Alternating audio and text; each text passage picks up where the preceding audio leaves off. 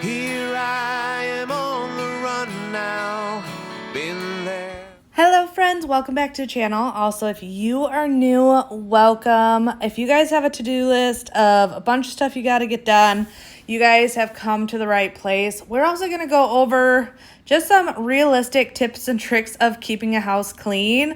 I feel like often it gets very overwhelming, and you don't see that online. You either see like the extreme of one or the other, either Pinterest perfect or like complete disaster. And sometimes it's really hard because we all are in such different like stages to figure out where to even start.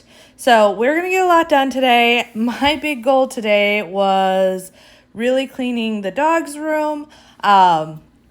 Last time I did a deeper clean in there, I moved the sofa away from the wall, but I hadn't like lifted the sofa up. Well, this time I found some dog snakes under that sofa. The boys helped me lift it up, and it was in desperate need of getting done. I'm safe here in my nest. The last thing that you hear of me, and I learn from the past. I hear the lonely shadows call out my name tonight. You tried to aim your arrow, and so I left without a fight. So one of the biggest questions I get asked when it comes to cleaning is, how do I have so much energy and motivation and things like that?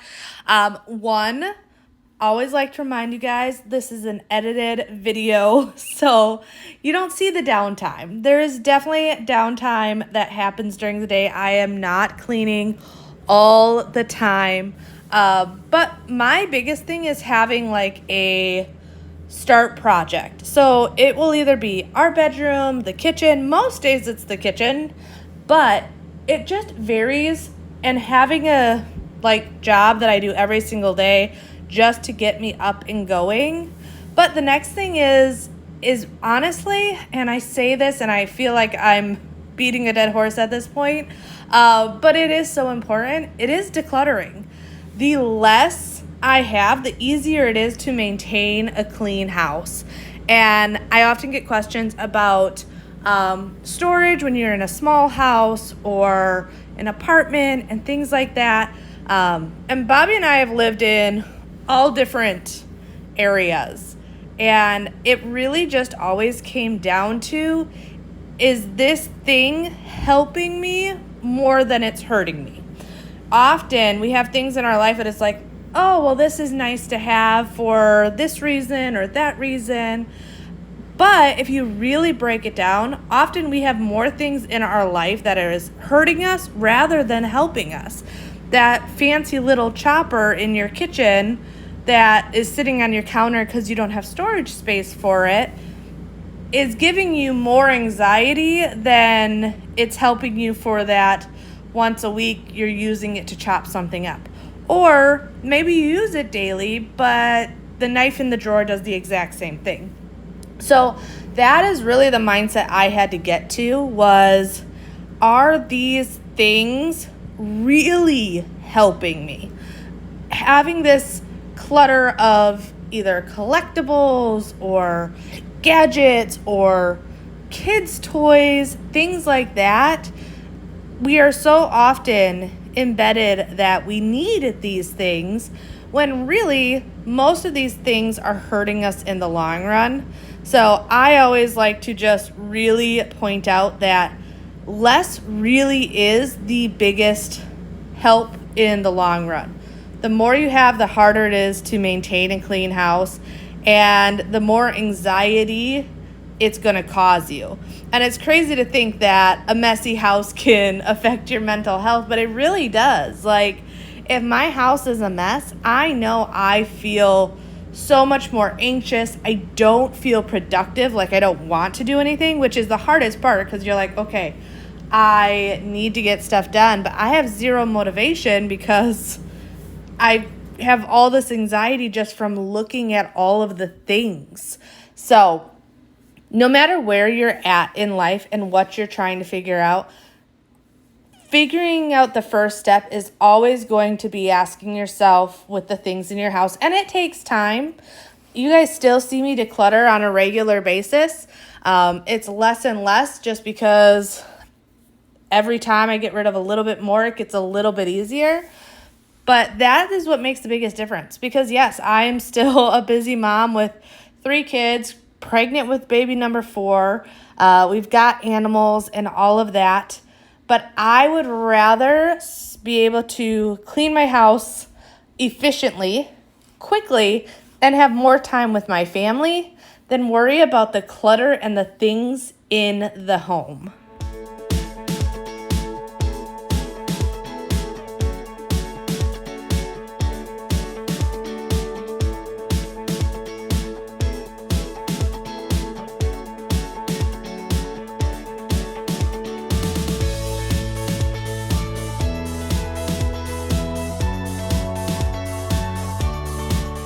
Now, the next big tip I have learned is taking advantage of the things that make cleaning easier.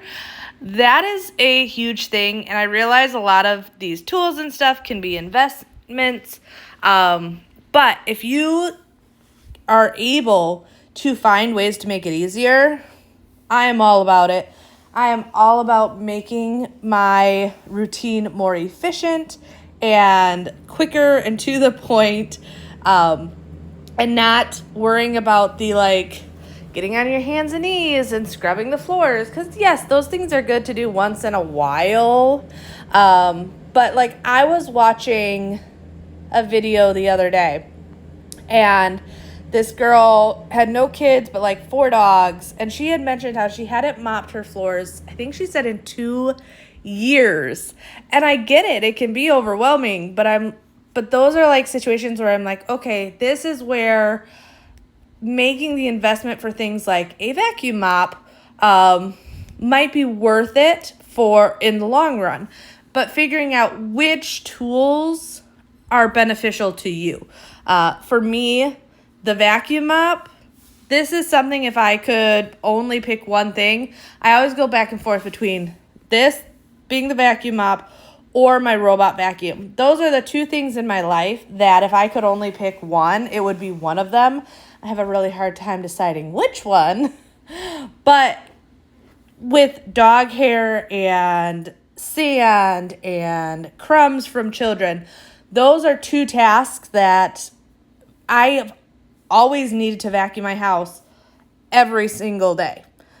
So it was back in 2018, I got my first Roomba. Bobby actually got it for me before he got deployed overseas as a little, I'm trying to remember if it was Valentine's Day or anniversary. It was one of the 2. And for a lot of people, they'd be like, really? But for me, I'm like, okay, this is huge. You're leaving. You're going to be gone for a year. I'm here with 2 young kids. At the time, I had a toddler and a preschooler. And it made the biggest difference in the world because we also had the dogs and everything. So it was just one thing that benefited my life and made cleaning easier. So I am all about finding ways to make it as easy as possible. Now you can see I moved into the dog room. This dog room, this furniture is another thing. It's another piece of furniture that I was very specific about when I bought it. I love that everything comes apart because when you have a Saint Bernard, they are not the cleanest animals in the world. And you know what? Minnie might be Minnie, but she is mighty and her fur gets everywhere. So this is another thing that just makes my life easier. I don't tear it apart on a regular basis, but once every couple of months, it makes a massive difference for the smell of the house, the feel of this room, all of the things. But like I said, you guys, the fur snakes that I find under this sofa, the boys were very, very helpful with me because last time I didn't do it because it's a 2-piece sectional. So you need 2 people to do it anyway. So I wasn't able to do it myself, but they definitely were a huge help. And you can see, like, the fur just makes its way through everything. So I started with just doing a slow vacuum. I always get questions about my vacuum. I've always really liked the Shark Duos because they work really well on carpeted surfaces, but also hard surfaces. And they've always put up really, really well with how much abuse I put them through, with us always having so many animals. But key here is making sure to do a very slow vacuum first. That way the vacuum does most of it. If you guys have pets, you know the vacuum it never gets all the fur, like, ever. At least not for us. There's always fur that seems to weave its way through the fabric, so I have to go in and manually get it. So going in and doing the vacuum as slow as possible first to get as much of it out as possible is always really huge. And then I've been using my lint roller. I found this works amazing on the furniture. So yeah, definitely a tool, which is funny because you can get these at the dollar store. Like, such a simple, basic little tool, but it works so well.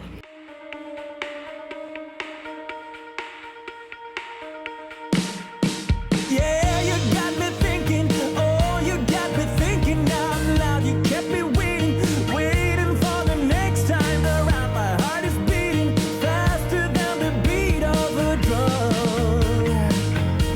Oh, we're all excited, just waiting for the night to come. I'm getting ready, 'cause we're second tonight. Often get asked, like, what would be my number one tip if I had one? And obviously I've talked about, like, decluttering and things like that, but the next big one I would have to say is ditch spring cleaning, or these, like, oh, you do these cleaning tasks this time of year. Once I realized that shouldn't be a thing, I feel like it took a lot of stress off of me. So instead of, like, once a year cleaning my house from top to bottom, every nook and cranny, just breaking it up throughout the year, and doing a little bit all the time. And it doesn't even have, like, sometimes I'll do an entire room and it feels really, really good to, like, deep clean a room from top to bottom. But sometimes just, like, even being like, okay, you know what? Today I'm going to wash the walls in this room, or wash the doors, or wash the baseboards. But just doing a little bit all the time has made it so much easier. It never feels overwhelming, and I feel like that's the biggest thing when it comes to any cleaning projects, is the anxiety and overwhelming of thinking about how big a task is, where by breaking it up, I feel like I don't get that overwhelmed sensation as much as I used to. Now, I'm not going to say it never happens, because it still does. But it's funny because often those projects where I'm, like, been putting them off because I felt overwhelmed, when I finally do it, it's like, okay, that didn't take me that long at all. I was definitely overcomplicating it. But it's a lot easier to talk yourself into those tasks that might be overwhelming you. And you guys know me. I always say this. It is all about progress over perfection, because, my fur snakes, I told you, these fur snakes were massive. It's all about progress over perfection. Oh, look at that one in Xander's hand. Just huge. You guys know I pulled these sofas out not too long ago. It's just all the fur that still got stuck, and I need to actually tip this. Okay, sorry. Keep getting distracted. But where you're starting is all going to depend on where this all goes. Because if you're starting in a very overwhelmed state, remember, you didn't get there overnight, and it's not going to take one day to get out of it, unless you can ask friends and family to help you. That is one way to jumpstart your cleaning journey. But if you're doing it on your own, give yourself some grace and give yourself a break, because it's not going to happen overnight, and that's okay. Like, the idea that you are just making this step, even by watching this video, you are making progress to try and better your life. And that alone is huge. And I don't want you to let anyone take that away from you, that you're not doing enough, because you just getting started is often the hardest part. So pick one room, pick one area, and depending on what level of dirty, hoarder, whatever, wherever you're at, you could be just a busy mom trying to get on a schedule. Maybe you are at a point where it's become like hoarder level. Wherever you're at, just take pride in knowing that you've started and that it's going to take time, but it's always about progress over perfection.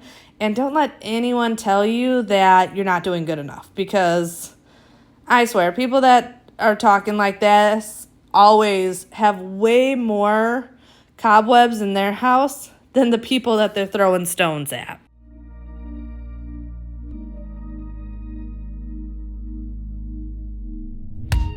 Don't wanna wake up, I might be dreaming. I might be dreaming. You're stirring things up, my heart is beating. It's funny going into this laundry room. The laundry room is one of those rooms that I don't often come down in and wipe down, which probably should be done way more often, because a laundry room gets so dusty, especially for us, we have the stackable washer dryer, but then we also have our central air unit and everything in here, and all of that collects so much dust and stuff that getting in there and giving it a quick wipe down, I know the camera never does it justice, but there was so much dust buildup on everything so already that it was really nice to get in there and get it all clean. But, well, the cushions and everything cleaned, I was just moving on to the kitchen. It's not too crazy. It's a little bit messy, but it was more of just, honestly, this is just regular daily cleaning. The mundane. Raise your hand if often the most overwhelming projects are the mundane ones. The ones you do every single day, even though you know it's going to look exactly the same the very next day. I get it. I am that person where it's like, all right, dishes and laundry and those things like can get really overwhelming, because like, I know, like, realistically, this is not going to last long in my house. But it's funny because those are often the tasks that when talking to people, those are the ones they'll put off because they're like, why bother? Because it's just going to get a bit messy again. But are the most fundamentally important tasks to maintaining a clean house. Those mundane tasks that you're like, why bother, make the biggest difference in the world. And you may be wondering why. And the biggest thing is mess and clutter creates mess and clutter. And when I say that, so if you have a sink full of dishes, I know for me, this was a very good example.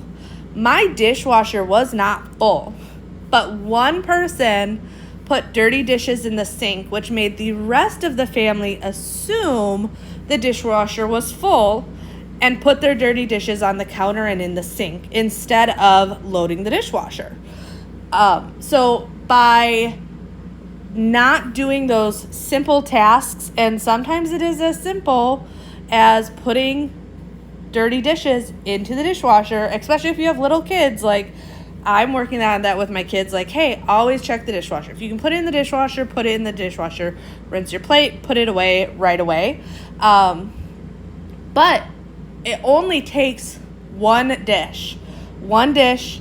If one of my kids don't put it in the dishwasher, then the next kid's not going to because they're going to assume, and then so on and so forth, and it makes a much bigger mess. Same when it comes to your bedroom. It's really easy with clothes to just throw your clothes into a corner, and then they slowly just collect and get bigger and bigger and bigger because it's like, well, something's already there already, so I'll just throw the next thing there. So the idea of not doing these mundane tasks, which I know can seem so just monotonous and overwhelming and like you're doing it every single day, may seem so irrelevant, but in the long run, that is what's going to throw off your whole like atmosphere of having a clean home. So don't put off the dishes. Don't put off the making your bed in the morning. Having your kids clean up the couple toys in the family room. It's like, well, why do I have them put their toys away? They're just going to bring it out in 5 minutes, because at least it's not building on top of each other, because that's exactly what's going to happen if you don't clean up your first mess. Freya is a perfect example. She, girl's got an imagination, and she'll bring out her ponies and start playing with her ponies, and then bring out her drawing stuff, and then bring out her magnet tiles and things like that. And if I don't have her clean up her small mess, then she really doesn't want to clean up the big mess, because especially in her 3-year-old brain, it is so overwhelming. And I feel like often we need to almost put ourselves into a child's shoes when it comes to our house and remember back when we were kids, because I think back when I was a kid and how overwhelming things like cleaning my bedroom felt to me. It always felt like something that was such a huge task. And now as an adult with a fully formed brain, I look back and I'm like, okay, it wasn't that big of a deal. But my child's brain was a situation of, okay, this feels so overwhelming. And we still put ourselves in those situations nowadays, because we look at something and we're like, it's not that big of a deal. Until it is. Until we've gotten to a point where we're like, we don't want to touch this. It's gotten so overwhelming that we don't even know where to start.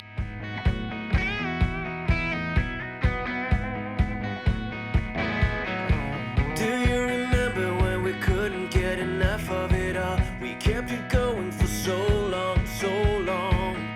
I don't know where I would be if we let it go. Every time we try to break. Now, if your issue in your house is kids' things, my number one recommendation is to declutter without your kids first. Now, this does not mean do a big purge first, because I do think in a lot of ways that can do more harm than good. But if you're like, okay, I need to do a big declutter, my kids' stuff is getting just overwhelming. Once again, though, put yourself, if you are overwhelmed by your kids' things, think about when you were a child, how much more overwhelmed are your kids feeling right now? That is number one. If you are overwhelmed, you can times that by 10 of how your kids are feeling. So go in there and do the first go around. So that's going to be trash, things that are broken, things that they have obviously outgrown, and things like that. The obvious declutter. That will at least break it down. One, it simplifies it for you, because also as parents, it's really easy to put sentimental value on things that we as parents may have sentimental value, but our kids do not. So we're not going to overwhelm ourselves with that stuff first. We're just going to do the obvious, like I said, trash, broken, and things that are obvious, outgrown and don't need type situation. Do that first.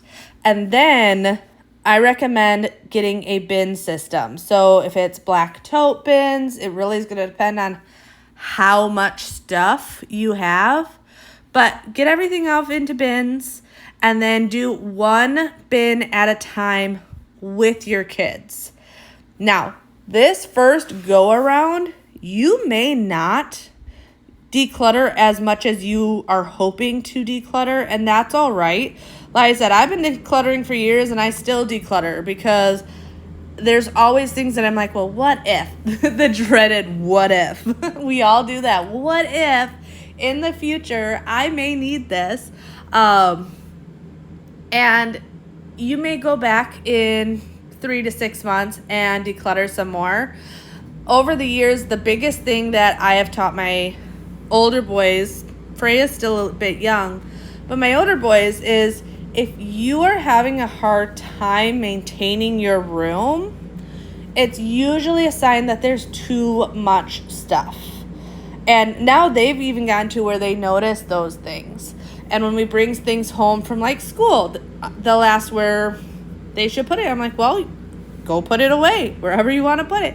And it gets them asking themselves, like, okay, is this something I really want to need? Or is this something that I just am keeping to keep? And I want them to learn those skills and not just have mom do it all. One, I don't want them to ever feel like I'm just getting rid of their things. So learning by example is a big thing. So I always say, make sure you've checked yourself before you start checking your kids, because often if our kids have too much stuff, it's usually because we as adults also have too much stuff. So them learning by example is definitely very, very important. But then allowing them to take that time and process if they need something or not is going to help them in the long run. In the long run, when they get their own place and they're learning the difference between things they need and don't need, and to declutter. Because as parents, we always want better for our kids than what we have for ourselves, right? So when it comes to jobs, financial security, home, family, all of those things, like, I want my kids to have more than what I have given them growing up. Like, I want them to succeed. But with that, I also want them to succeed in life of having a comfortable home, comfortable family. I make sure to raise my boys so that they know it's not just the woman's job to maintain the home. They live here, and it is their responsibility to help out. Now, are there chores in the house that I more regularly do than their father? Absolutely.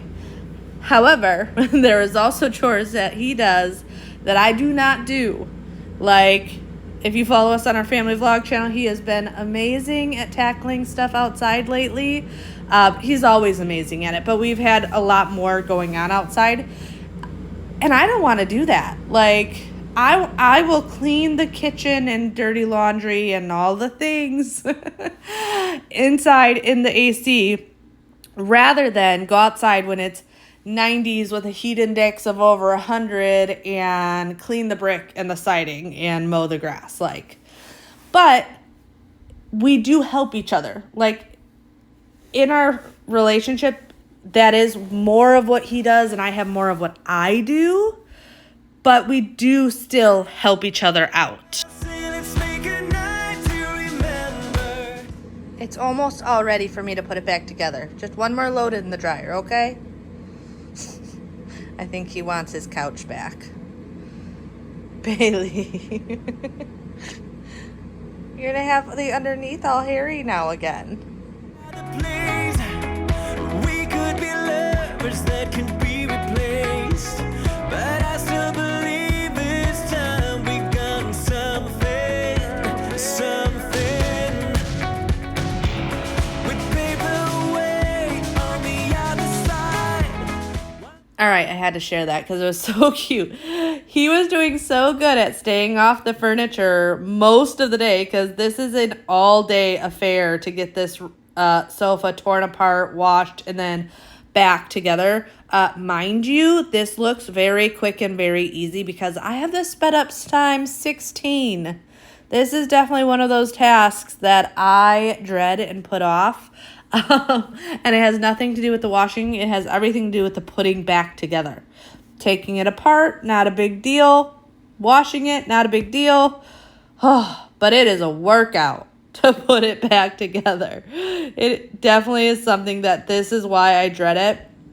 But it always feels so good when it is done, because we keep up with like the fur and the stuff on the sofa, but someone actually mentioned it the other day, how I call this either the dog room or our sun room. It just kind of depends on my mood of what I call it. And they called it Bailey's bedroom, and I'm like, yep, that is more accurate. This is Bailey's bedroom. Like, this is where he comes and lays out during the day, amongst many others, but this is where he prefers. I do enjoy as well, though. I'm literally sitting on the sofa right now as I do this voiceover, which is why we do try and keep it clean. But since we feed the animals out here, they hang out here, it is just, yeah, definitely Bailey's bedroom. But even if you keep up with the fur, it's still going to have a smell to it over time because they're animals and they go outside and roll around in the grass and all the things. So sometimes it just needs a really good deep clean.